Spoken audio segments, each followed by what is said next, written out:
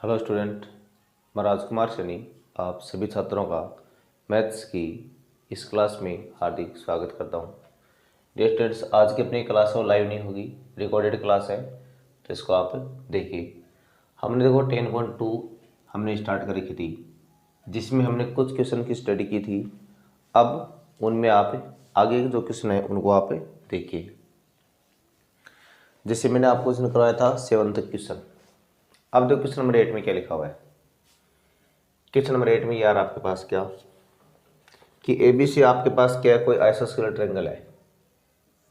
ठीक है, मान लो हमारे पास क्या है, ABC एन आइसोस्केलेस ट्रायंगल, और जिसमें साइड AB है वो AC के इक्वल आ रही है और D इज क्या है, मिड पॉइंट ऑफ है BC। ये D इसका क्या रहा है, मिड पॉइंट आ रहा है BC का। तो अब प्रूव क्या करना आपको, मतलब सेंट्रोइड इन सेंटर सर्क्यूम सेंटर और सेंटर सारे कहाँ पर आएंगे, इस AD पर आएंगे।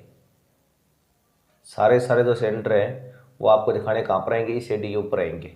ठीक है, तो पहले गिवन में लिख दो आप इसके अंदर क्या दे रखा है। ABC is a आइसोस्केल triangle, आइसोस्केल triangle ये दिया गया आपको, जिसमें साइड AB है वो किसके इक्वल आ रही है, AC के। यानी ABC एक आइसोस्केल ट्रायंगल है जिसमें साइड आपकी AB किसके इक्वल आ रही है, AC के इक्वल आ रही है। अब देख इसमें आपको प्रूव क्या करना है। प्रूव आपको यह करना है कि इन सेंटर, एक तो incentre circumcentre ortho centre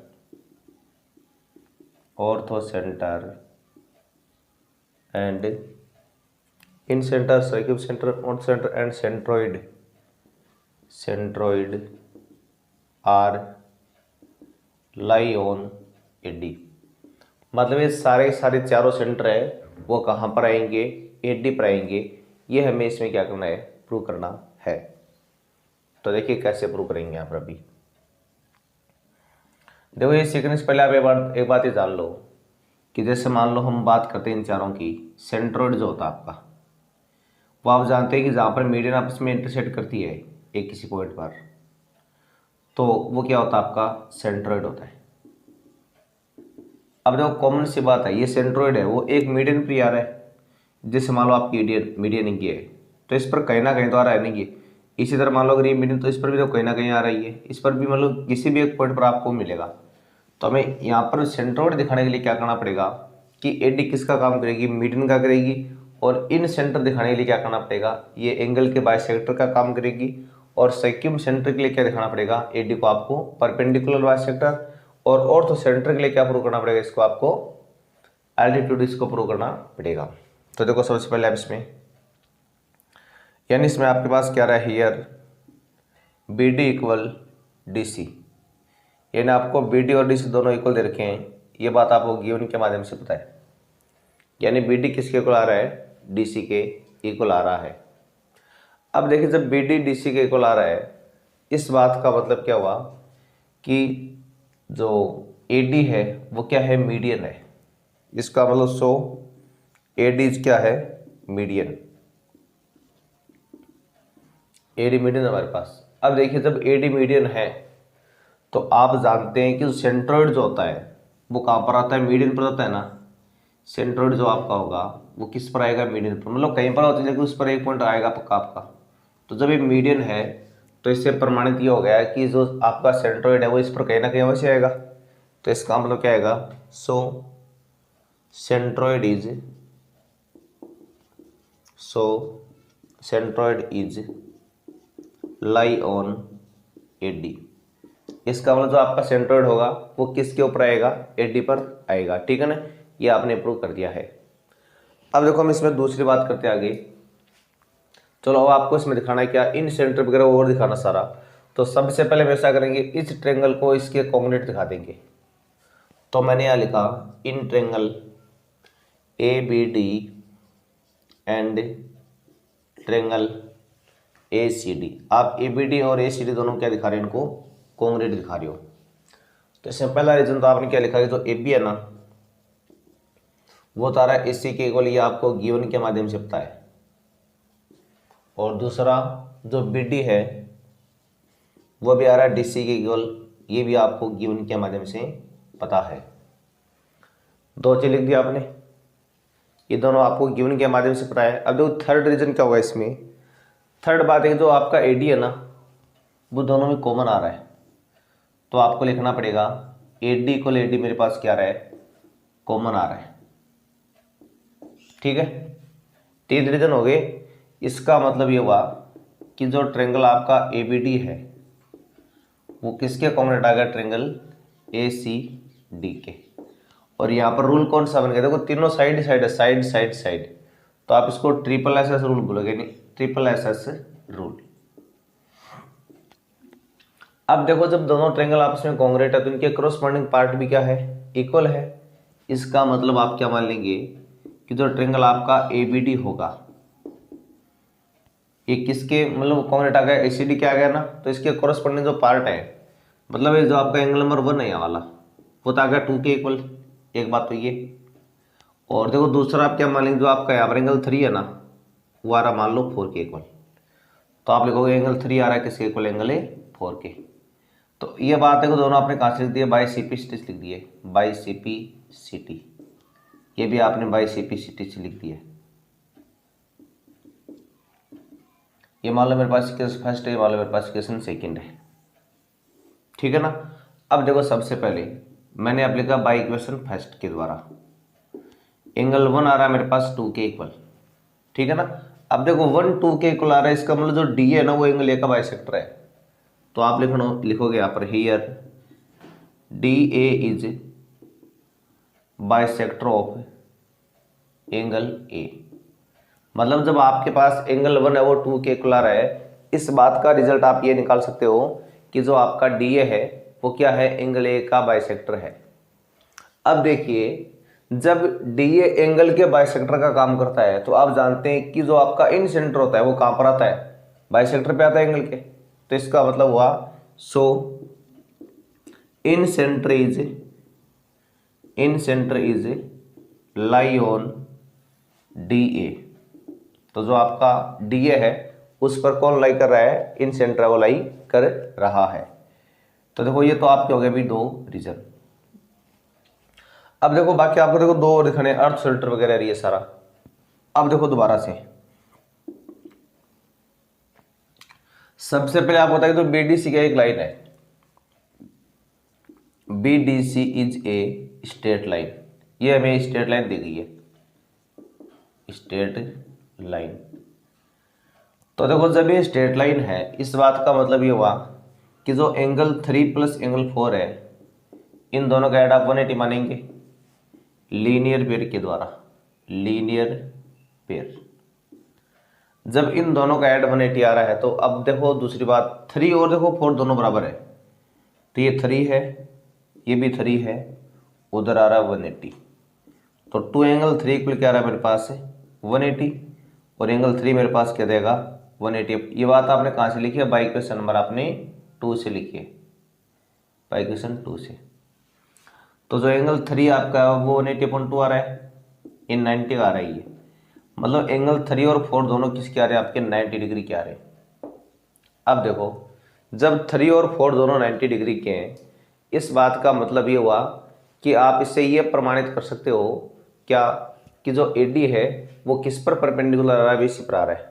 यानी इसका मतलब हुआ सो जो AD वो क्या है, परपेंडिकुलर है BC पर। अब देखिए जब AD BC के ऊपर परपेंडिकुलर आ रही है और परपेंडिकुलर आने का मतलब ये एक अल्टीट्यूड की तरह काम कर रहा है ना, तो आप यहाँ पर ले सकते हैं कि जो AD है वो क्या है, अल्टीट्यूड है। Here AD is altitude of किसका, BC का, यानी BC का अल्टीट्यूड हो गया। अब देखो जब ये अल्टीट्यूड है तो आप जानते हैं कि अल्टीट्यूड पर कौन आता है, ऑर्थो सेंटर आता है। इसका मतलब so orthocentre is lie on AD। इसका मतलब ये हुआ कि जो आपका ऑर्थो सेंटर है वो भी कहाँ पर आएगा, AD पर आएगा। ठीक है, 3 बातें प्रूव हो गई हमारी। अब देखो हम चौथी बात में चलते हैं। चौथी बात में आपको दिखाना है क्या, अब बच गया आपका कौन सा, सर्क्यूम सेंटर बच गया है। सर्क्यूम सेंटर आपको पता है कहाँ पर आता है, परपेंडिकुलर जो बाइसेक्टर होते हैं उनके ऊपर कहीं पर आता है। तो अब हमारा प्रयास रहेगा कि हमें AD क्या दिखाना, परपेंडिकुलर बाइसेक्टर दिखाना है। तो देखिए सबसे पहले आपको पता है कि मेरे पास AD है वो परपेंडिकुलर आ रहा है BC पर। ये पहले देखो आपने इसको यहाँ पर ही देखो दिखा चुके आप, ठीक है ना। AD क्या है, BC पर परपेंडिकुलर है। दूसरी बात BD जो है ना वो DC के इक्वल भी आ रहा है, ये आपको गिवन से पता है, ठीक है ना। AD को BC पर परपेंडिकुलर आप दिखा चुके हो, और जबकि BD है वो DC के इक्वल आ रहा है, ये बात आपको गिवन के माध्यम से पता है। अब देखो जब ये दोनों शर्तें एक साथ लागू होती है तो इसका मतलब आप मान सकते हो कि AD क्या है, परपेंडिकुलर बाइसेक्टर है किसका, BC का। तो आप लिखोगे here AD is perpendicular bisector of BC। यानी इस बात का मतलब ये हुआ कि जो AD है वो BC का परपेंडिकुलर बाइसेक्टर है। अब जब ये BC का परपेंडिकुलर बाइसेक्टर है, और परपेंडिकुलर बाइसेक्टर होने का मतलब ये हुआ कि जो आपका सर्क्यूम सेंटर है वो कहाँ पर आएगा, AD पर आएगा। So circumcentre is lie on AD। और इसमें आपको यही प्रूव करना था, आपको यही प्रूव करके दिखाना था, चारों सेंटर आपके वो कहाँ पर आएंगे, AD पर लाई होंगे, ये आपको प्रूव करना था। ठीक है, इन चारों को AD पर लाई होने का मतलब ये हो गया कि इनको आपको बारी बारी से क्या प्रूव करना है। एक बार तो इनको जैसे पहले आपको करना है इसको एल्टीट्यूड प्रूव, एक बार इसको मीडियन, एक बार आपको एंगल का बाइसेक्टर, एक बार आपको परपेंडिकुलर बाइसेक्टर। ये सारे अगर हम दिखा देंगे तो इसका मतलब बोल सकते हैं कि जो हमारे चारों सेंटर है वो कहाँ पर आएंगे, AD पर आएंगे। अब आप नेक्स्ट अगला क्वेश्चन देखिए आप सारे। अब देखो 9 नंबर में क्या रहा है। अगर आपको किसी प्रकार का कोई डाउट या दिक्कत होती है तो आप मेरे को कमेंट बॉक्स में लिख के बता देना, जो मैं अगले वीडियो में देख लूँगा और आपको उसमें समाधान कर दिया जाएगा। ठीक है, अब देखो हम क्या करते हैं, नेक्स्ट क्वेश्चन की बात करते हैं अभी।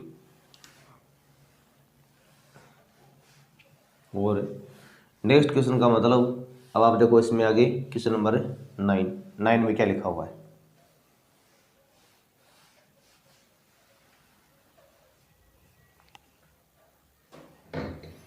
देखो 9 के में क्या आ रहा है आपके पास, ये आ रहा है ABC आपके पास कोई भी एक ट्रायंगल है, जैसे मान लो हमारे पास ये ABC ट्रायंगल है।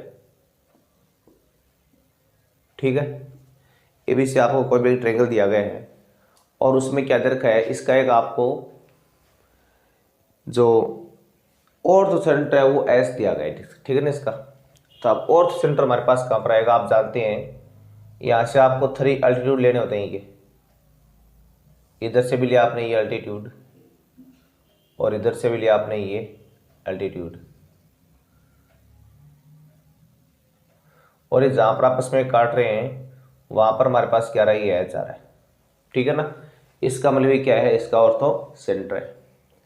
और हमने क्या देखा, जो AH BH और CS के मिड पॉइंट दिया गया आपको, इस AH का मिड पॉइंट मान लो यहाँ पर है, इस BH का मिड पॉइंट यहाँ पर है, और CS का मिड पॉइंट क्या है, यहाँ पर है। और वो क्या आ रहे हैं पास XYZ आ रहे, इनको जब आप मिलाओगे, चलो इनको मिला दो पहले एक बार आप इस तरह से, तो ये है X, ये है Y और ये Z, ये मिड पॉइंट है सारे यहाँ पर। इधर आप इनको भी मान लो। अब देखो इसमें आपको प्रूव क्या करना है, अब प्रूव करना है कि जो ट्रायंगल XYZ है ना उसका ऑर्थो सेंटर भी क्या आएगा, S आएगा, ये दिखाना। ठीक है ना, मैं यानी हमें ABC का तो ऑर्थो सेंटर पहले से क्या दिया गया है, S दिया गया है। अब आपको दिखाना है कि जो XYZ है ये वाली, इसका ऑर्थो सेंटर भी क्या आएगा, S आएगा। अब देखो XYZ का ऑर्थो सेंटर S दिखाने का मतलब क्या होगा कि जो आपकी यहाँ से यहाँ तक, चलो इसको आप एनी पॉइंट मान लो, M पॉइंट है। ठीक है ना, यहाँ मान लो मेरे पास N पॉइंट है, ये मान लो D है, ये मान लो E है, ये मान लो F है, और यहाँ मान लो पॉइंट L आ रहा है मेरे पास।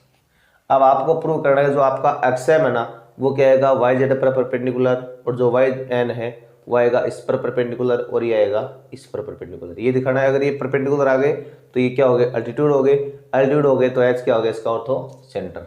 ठीक है ना। तो देखिए पहले इसमें गिवन की बात कर लेते हैं यहाँ पर अभी। तो सबसे पहले मतलब एच क्या है, इस एबीसी का ऑर्थो सेंटर है, तो ये लिख दो पहले एक बार आप, यानी H is ortho centre, H is orthocentre of triangle ABC.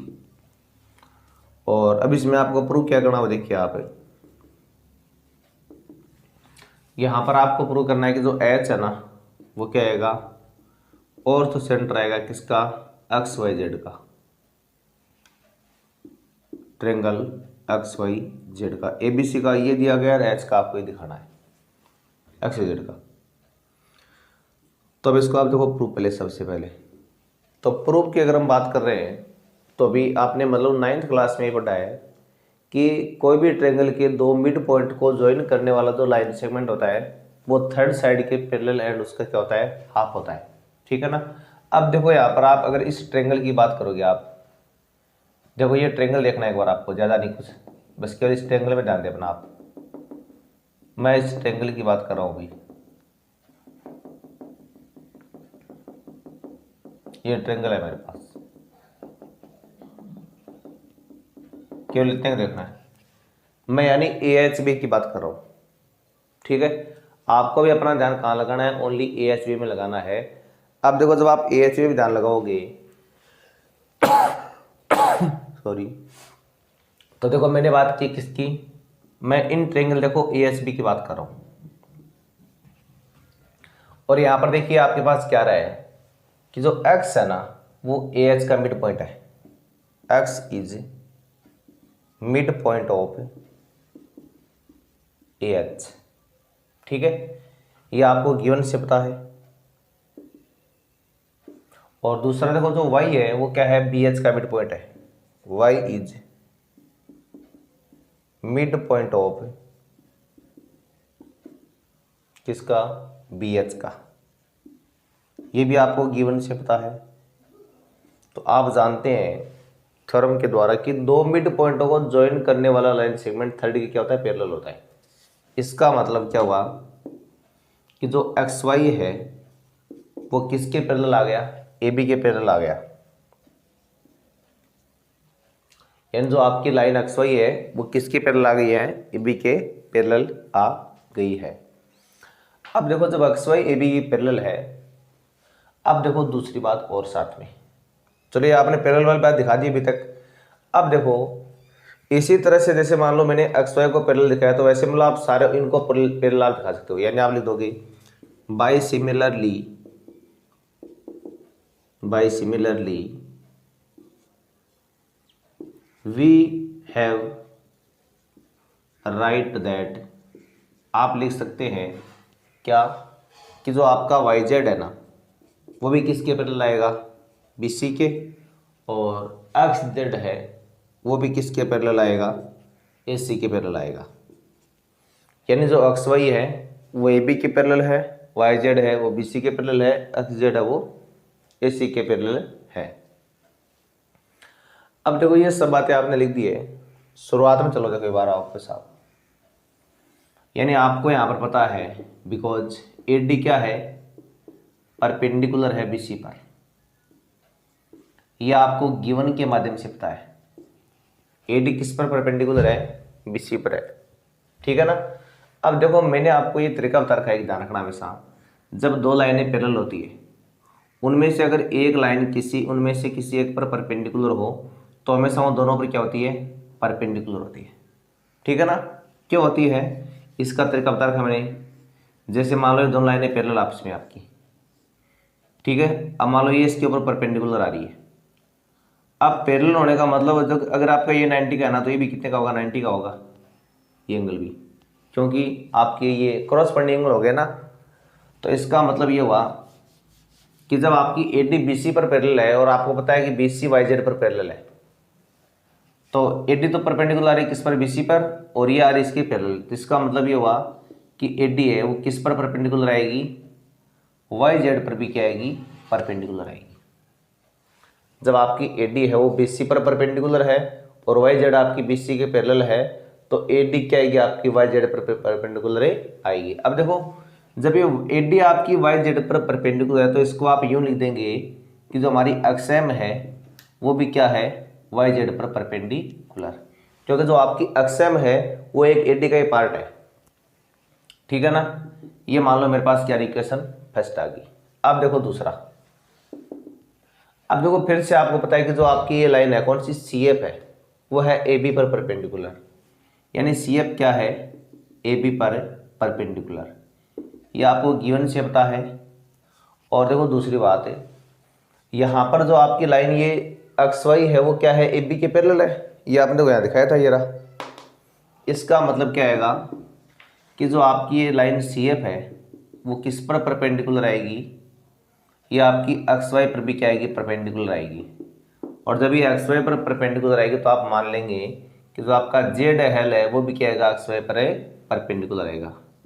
Z L है वो भी किस पर परपेंडिकुलर है, वो आपका एक्स वाई पर परपेंडिकुलर है। ये 2 नंबर मान लिया आपने। अब देखो तीसरा, इसी तरह बता जो बीई है वो एसी पर परपेंडिकुलर है, यानी बीई इज क्या है, परपेंडिकुलर ऑफ एसी, ठीक है। जब बीई एसी पर परपेंडिकुलर है तो साथ में हमारे पास क्या है कि ये एक्स जेड है वो एसी की पैरेलल थी पहले से, यहाँ पर ये दिखाया आपने। इसका मतलब जो बीई है वो भी किस पर परपेंडिकुलर आ गई है, एक्स जेड पर। तो देखिए जब आपकी ये बीई है वो अगर एक्स जेड पर परपेंडिकुलर, तो आप बोल सकते जो आपका वाई जेड वाई एन है वो भी क्या है, एक्स जेड पर परपेंडिकुलर। तो इसका मतलब वाई एन भी किस पर परपेंडिकुलर आ रहा है, एक्स जेड पर। यह आपने इक्वेशन थर्ड मान ली, ठीक है ना। अब देखो ये 3 इक्वेशन आ गए हमारे पास, फर्स्ट सेकंड और थर्ड। अब जो तीनों से आपने क्या प्रमाणित कर दिया कि जो इनके अल्टीट्यूड है ये तीनों आपस में कहाँ काट रहे हैं, एच पर इंटरसेक्ट कर रहे हैं, ठीक है ना। तो आपने लिख दिया by equation first second and third. इनसे आपने लिखा अल्टीट्यूड, अल्टीट्यूड कौन कौन से आपकी, एक तो एक्स एम वाई एन और जेड एल, यानी एक्स एम